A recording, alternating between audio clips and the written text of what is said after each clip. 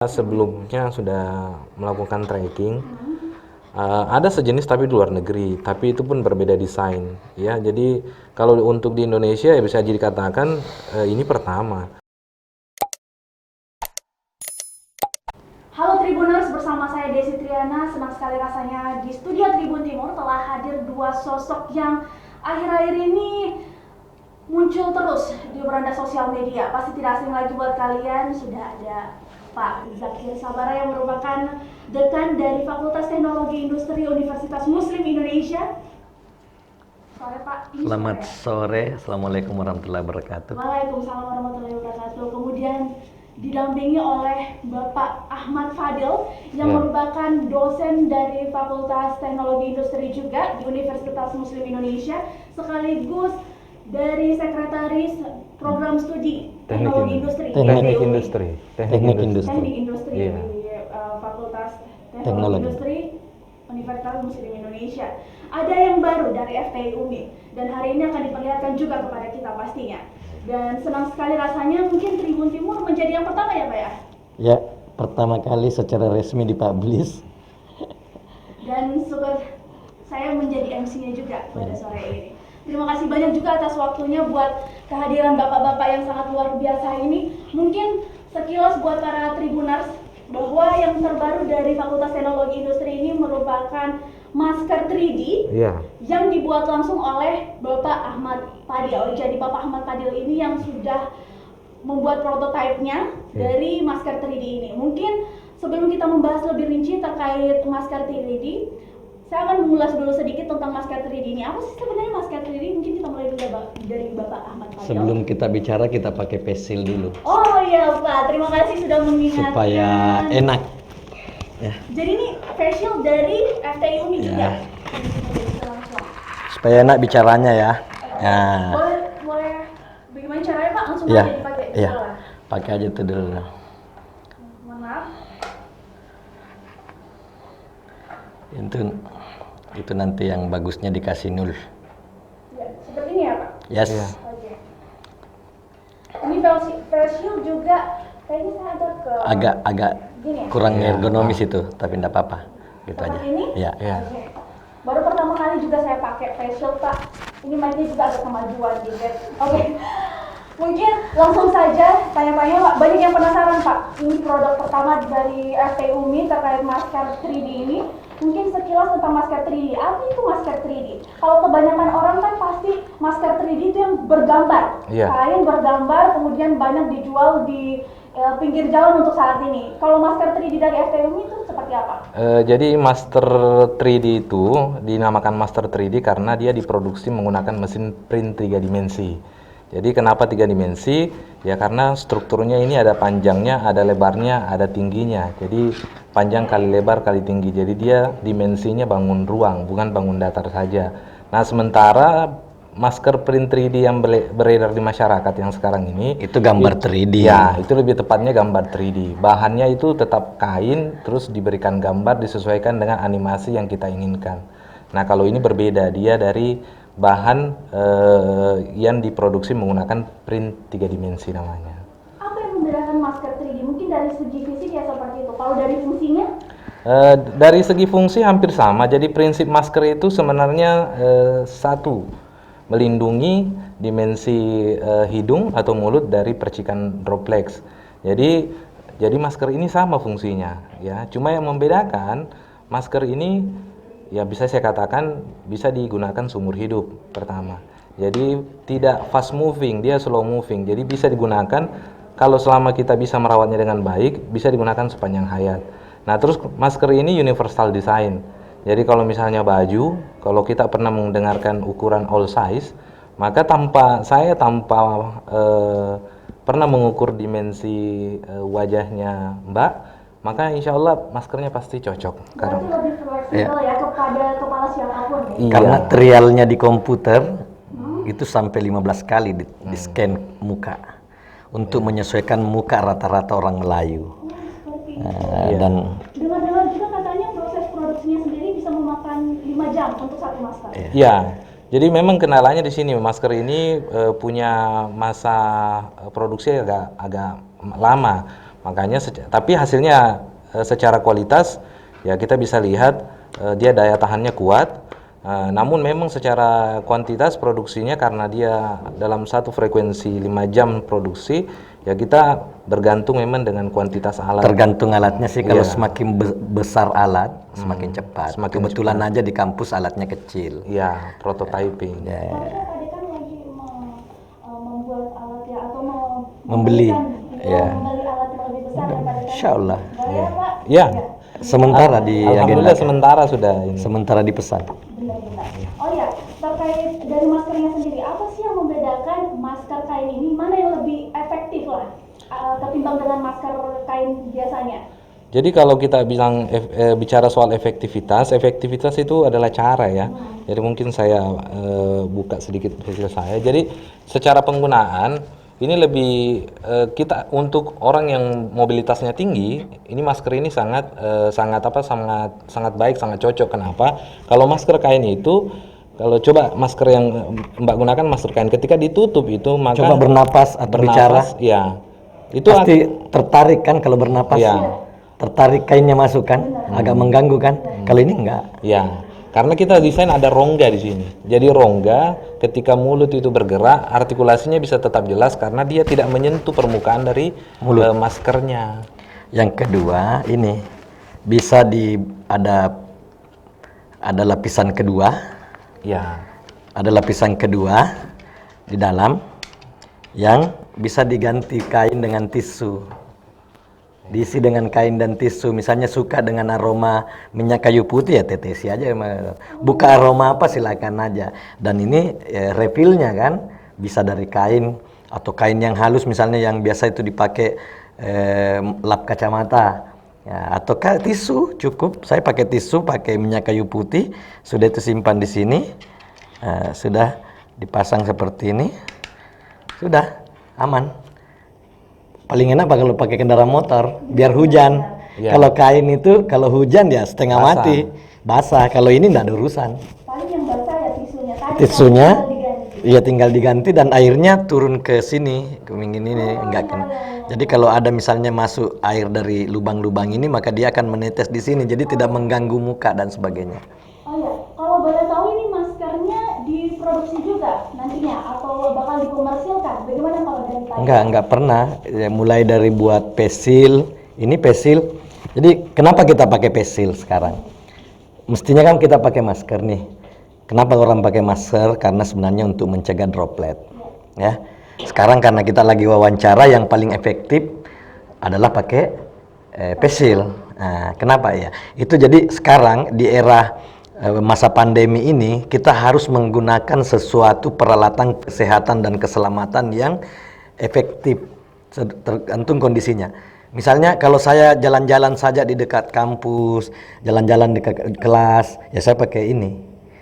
Tapi kalau saya mengajar di kelas, maka saya pakai pesil. Pesil ini juga banyak dijual pesil, tetapi perlu juga teman-teman melihatnya kualitas pesil, karena ada juga pesil kalau bernapas begini itu berembun.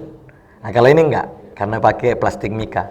Banyak dijual, tapi coba aja dites. Kalau bernapas itu berembun, jadi agak mengganggu. Nah memang kita desain semua ini, kita teman-teman mahasiswa teknik industri yang dikendalikan oleh Pak Fadil, semua mendesain sebenarnya tujuannya untuk membackup tenaga-tenaga medis.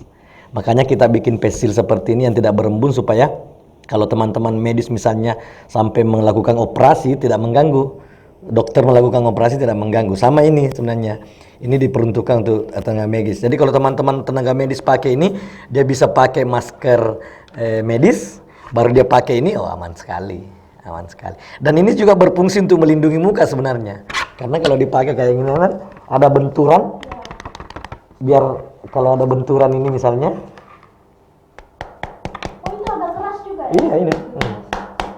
Nggak sakit muka. Nah itu.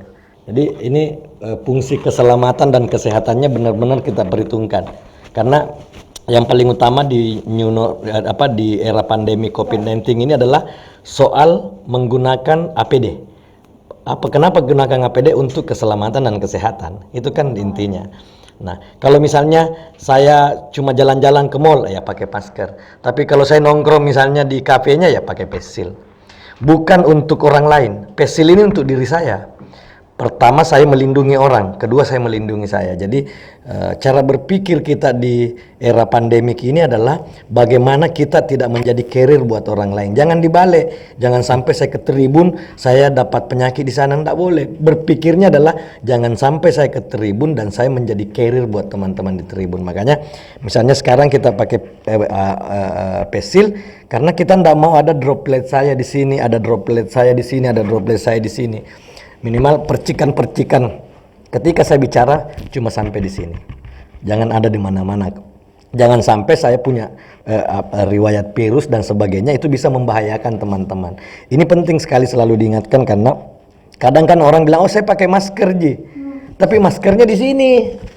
Pada saat bicara dengan teman-temannya ya di sini. Jadi nggak ada gunanya. Mestinya pakai masker ya begini. Harus memang benar. Harus. Jangan kita membahayakan orang. Jangan droplet kita kemana-mana. Kalau saya tidak pakai face shield, saya tidak pakai masker misalnya, bisa saja droplet saya di sini. Nanti kalau saya misalnya ada penyakit, ya bisa jadi dipegang teman-teman dan sebagainya. Nah, itu yang penting. Nah, itulah pertimbangan utama dari semua dimensi dilakukan teman-teman ini, baik face shield maupun masker, selalu pertimbangannya itu. Selalu soal kesehatan dan keselamatan. Dan yang paling penting bagaimana membuat sesuatu APD yang murah tetapi bisa dipakai jangka waktu yang lama. Karena ini ke depan masker dan face shield ini akan menjadi kebutuhan dasar baik di era pandemi maupun di era new normal. Jadi ini kebiasaan baru ya kebutuhan. Nah, kita harus membuat sesuatu yang kira-kira efisien, efektif dan bisa dipakai jangka waktu lama. Ini kan paling enak, sudah dicuci, direndam, selesai. Tapi kalau untuk saat ini dari pihak Fakultas Teknologi Industri sendiri, apakah nantinya akan berniat untuk memproduksi lebih banyak dan disalurkan ke masyarakat atau seperti apa? Kita akan terus berproduksi sesuai dengan kemampuan kita, tetapi kami belum pernah berpikir komersil. Minimal sebenarnya sekarang bisa memenuhi kebutuhan dosen, karyawan, mahasiswa, tenaga medis. Kalaupun ke depan misalnya karena kami lagi memesan alat, mudah-mudahan alatnya bisa tambah 2 jadi semakin banyak bisa diproduksi.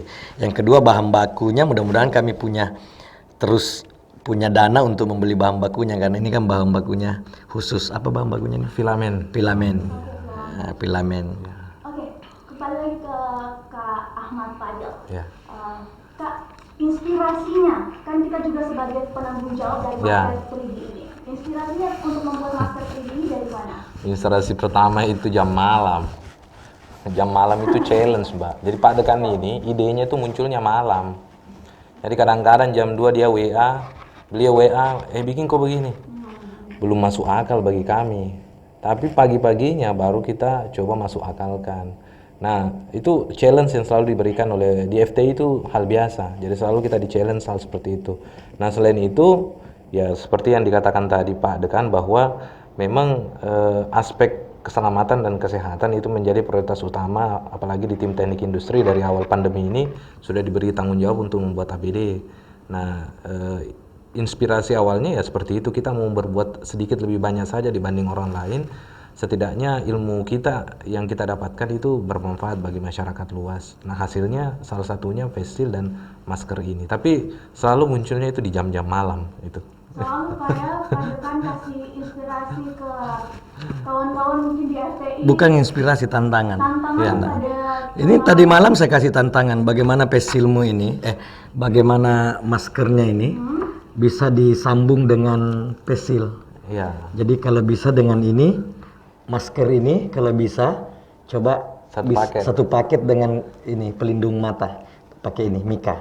Nah ini tadi malam itu kira-kira jam 3 kali, jam 3 subuh tiba-tiba saya kasih tantangan, coba supaya lebih efisien lagi sekali kita bikin digabung masker dengan, jadi nanti ada kayak kacamatanya di sini plastiknya. Two in one lah ya. Two in one. Jadi dengar-dengar juga ini merupakan yang pertama di Indonesia. Jadi begini, kalau kami mau klaim seperti itu ya, saya sebelumnya sudah melakukan tracking. Ada sejenis tapi di luar negeri, tapi itu pun berbeda desain ya. Jadi kalau untuk di Indonesia ya bisa dikatakan ini pertama. Dan selain itu mungkin saya sedikit ke belakang, face seal juga itu sebenarnya mungkin kita juga pertama.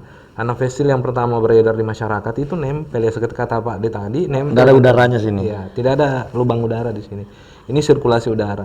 Ini teman-teman dari tim dari perawat, ya. Ini. Jadi kalau orang bernapas sirkulasi udaranya sini. Kalau face seal yang kebanyakan kan tertutup dengan gabus, tertutup dengan apa. Iya. Jadi hingga sirkulasi udaranya tidak ada. Iya. Jadi sama dengan masker. Masker ini kalau saya tracking ya hampir tidak ada. Jadi di Indonesia tim pertama kali yang membuat bisa dikatakan ya tim kami. Ada sejenis di Jepang juga tapi tidak seperti ini. Jadi kayak misalnya ini kami menggunakan prinsip menyilang pada saat Nah ini keunggulannya ini nih. Ini enggak di leher, enggak di telinga, jadi nggak sakit telinga di leher. Bisa di belakang pas di batang leher sini. Iya. Jadi ini juga merupakan salah satu keunggulan dari masker 3D Iya. itu tidak menempel pada Telinga. Telinga. Iya. Jadi Kadang kan langsung di kepala. kadang gerah ini telinga Iya, kan. benar-benar Iya. sekali. Apalagi Sakit. kalau digunakan sampai 8 jam. Iya. Sakit kan? Iya. Sini. Nah kalau ini enggak lah di leher. Jadi di leher gini. Oh, seperti itu. Ya, Tribuners, jadi bisa dilihat mungkin, mohon maaf ada kan, jadi seperti ini penggunaannya. Dia langsung menempel pada leher. Di kepala pun tidak ya, jadi langsung pada leher. Jadi ini mungkin buat para pekerja yang misalkan bekerja sampai 8 jam ini sangat efisien untuk digunakan ya sehari-hari. Oh iya, kalau untuk manfaat dari segi manfaatnya tadi kan sudah banyak sekali manfaat dari masker ini. Mungkin saya mau tahu dari nilai produksinya untuk dari FT sendiri. Kalau nilai produksi sebenarnya kalau kita lihat ya, kan bahan baku antara filamen dan face seal itu sama. Ya. Nah, sebenarnya lebih mahal face seal ini sebenarnya kalau nilai ekonomis. Nah, kalau kami hitung-hitung harga HPP-nya, harga pokok produksinya, face seal ini berada di angka 35 sampai 40 ribu. Itu per satuan. Per satu pieces-nya. Nah, kenapa kami katakan ekonomis?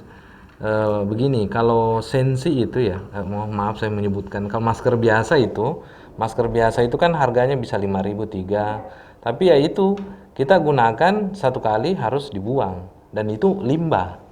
Ketika dibuang itu limbah, kita dibuang itu limbah. Nah kalau ini tidak, kita cukup beli bodinya dengan harga 40.000, sisanya yang jelaskan tadi Pak Dekan itu tinggal di refill. Dan itu pilihan, kita mau menggunakan bahan yang agak lebih bagus, kita ingin menggunakan tisu, kita intinya dari segi kesehatan protokolnya droplets itu terhalang masuk ke permukaan mulut ataupun hidung. Jadi dari segi ekonomisnya pada tahap awal, investasi awal memang mahal, tapi untuk secara kontinunya sangat murah. Kalau untuk pembersihan sendiri seperti apa? Pembersihannya tadi Pak Ade juga jelaskan bahwa ini kalau dijemur saja itu sudah cukup. Karena kan matahari membunuh itu kuman-kuman dengan suhu tertentu. Kita pakai hand sanitizer bisa, ya. Angkatlah saya bawa hand sanitizer. Tinggal semprot aja. Ambil tisu sana. Bisa pakai. Pakai hand sanitizer. Itu tanpa waktu didiamkan terlebih Nggak dahulu. perlu. Nggak perlu, Ya? iya. Ini. Langsung. Iya. Ini sana. Nah, kalau yang dipakai Pak D kan warna orange. Iya. Itu lebih anu lagi. Kenapa? Pertama Mau pesan warna apa boleh? Oh jadi saya pikirnya tadi masing-masing warna memiliki fungsi juga masing-masing. Enggak. Ternyata tidak ya. tapi sebenarnya kalau mau Yang diarahkan ada ke- yang ini, FTI Umi. Yang membedakan itu Iya. ada brandnya. Tapi suatu ke depan misalnya kalau memang betul-betul ini mau dipakai oleh manufaktur, mau dipakai oleh tambang dan segala macam kan helm proyek itu kan berbeda-beda. Ada kuning, ada hijau, ada putih. Mungkin maskernya bisa menyesuaikan. Maskernya nanti menyesuaikan, oh ini di zona 1, di zona 2, zona 3 tergantung warnanya Iya. bisa kita. Jadi identitas itu. Identitas. nanti. Oh ya, dengar-dengar juga Pak Dea katanya mau dihak patenkan. Ya saya kira Insya Allah face seal dan Face seal dan masker itu kita urus semua patennya karena ya, salah satu kita di akademisi penting kita mematenkan hasil karya yang kita lakukan. Kalau tidak bisa jadi diklaim sama orang lain. Benar sekali. Iya. Dan untuk masker dan face shield-nya ini memang diproduksi, istilahnya inspirasinya ada pada saat virus corona ini muncul di Indonesia, Iya. benar sekali ya. Iya. Dan ini juga merupakan salah satu alternatif buat kita semua, apalagi sudah memasuki masa new normal, Normal, iya. istilahnya lagi sementara digarap juga apakah Indonesia bakal memasuki masa tersebut ya, tapi ini merupakan salah satu persiapan kita juga. Karena sampai sekarang juga belum ada tanda-tanda bahwa virus ini akan selesai, apalagi jumlah pasien yang istilahnya makin banyak setiap hari. Untuk mungkin teman-teman FTI yang setiap hari turun di lapangan, mungkin bisa dijelaskan kondisinya seperti apa saat ini, Pak? Ya, jadi di FTI itu ada 3 bagian. Teman-teman mahasiswa yang teknik industri itu di lab. Tugasnya membuat face membuat masker, gitu. Tugasnya dia itu. Nah, teknik kimia, mahasiswa teknik kimia itu di lab juga membuat hand sanitizer kayak gini, membuat cairan disinfektan yang sudah kurang lebih hampir 350 gedung disemprot.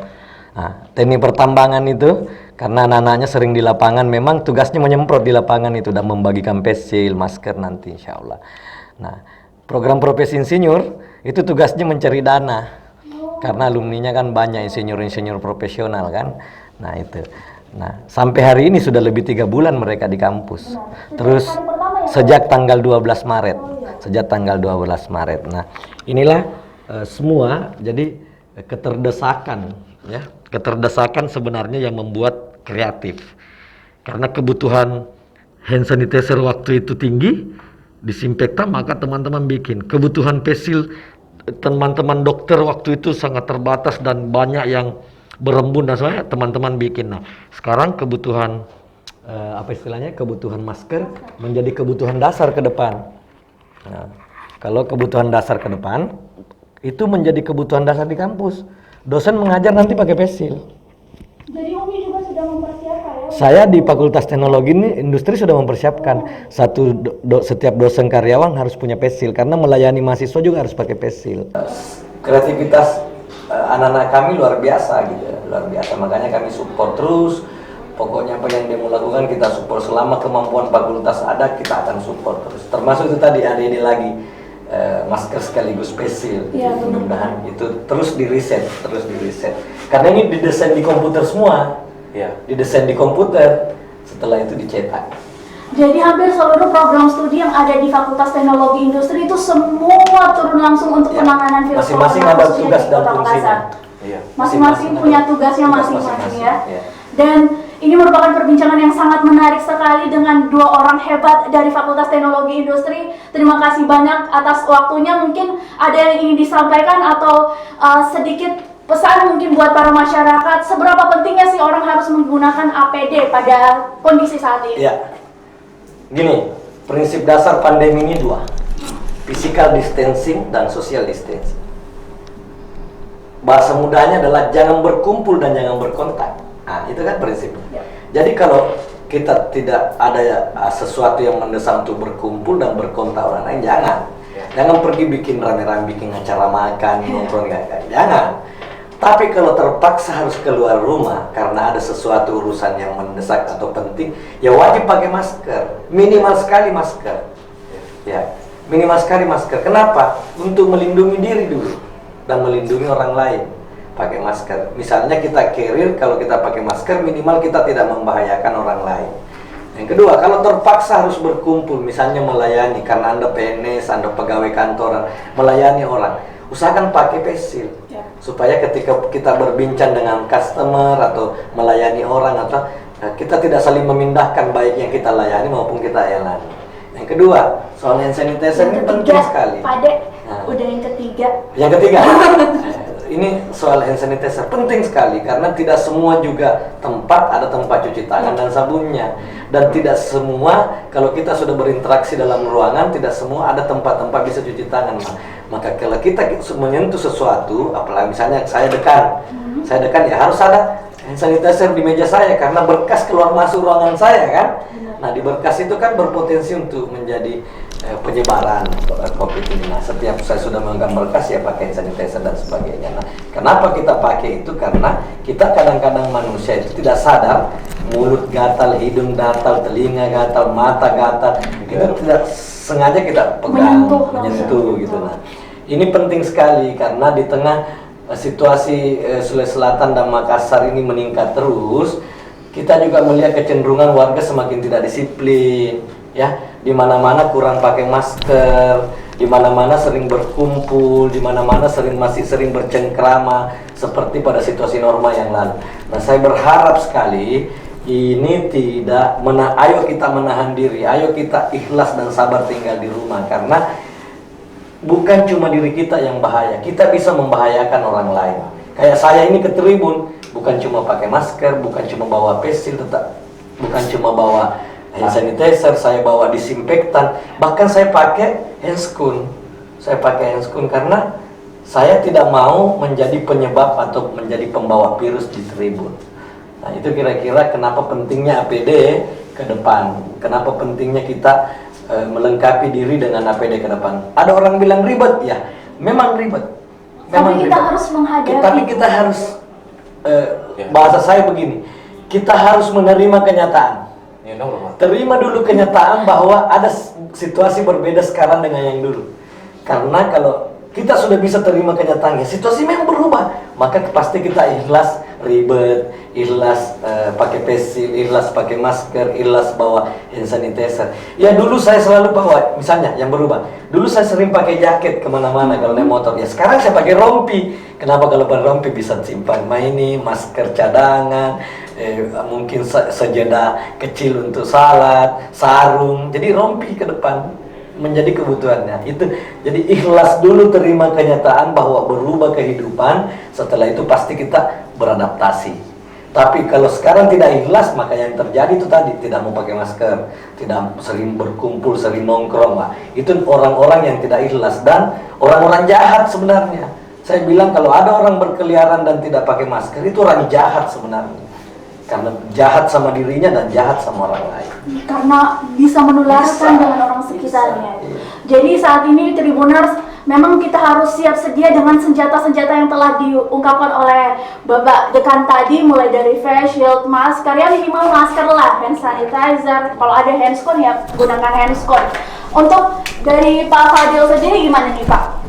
Saya sederhana ya, saya mengikut kata Pak Dekan ya. Tingkat tertinggi dari suatu pengetahuan itu adalah pengabdian. Di bawahnya sedikit itu tindakan. Jadi seluas apapun pengetahuan kita ya, kalau kita tidak bertindak ya tidak akan terjadi perubahan apapun. Jadi yang kami lakukan di FTI ya perubahan kecil sebenarnya. Riak-riak kecil yang kemudian kita gerakan yang akhirnya alhamdulillah kesadaran itu terbangun minimal untuk sistem kita sendiri, FTI itu sendiri, mau bagaimana masyarakat FTI bisa sadar akan kenyataan ini. Kita harus berubah, new normal, kita harus mengikuti protokol pola baru, ya kemudian kita tularkan sedikit, misalnya kalau dari lingkup universitas ke fakultas lain, ke universitas lain, dan seterusnya ke masyarakat yang lebih luas. Ya itu yang mungkin saya selalu pegang ya, tingkat tertinggi dari suatu pengetahuan ya pengabdian itu. Oke, terakhir, mungkin para Tribuners juga pasti penasaran, gimana sih cara mesannya mungkin kalau ada orang di luar kira-kira ya. Pak Dekan mungkin ada yang mau mesan, gimana? Sementara saya belum memfasilitasi masyarakat umum. Jadi fokus untuk tenaga medis dulu ya? Fokus untuk bantu dulu teman-teman tenaga medis.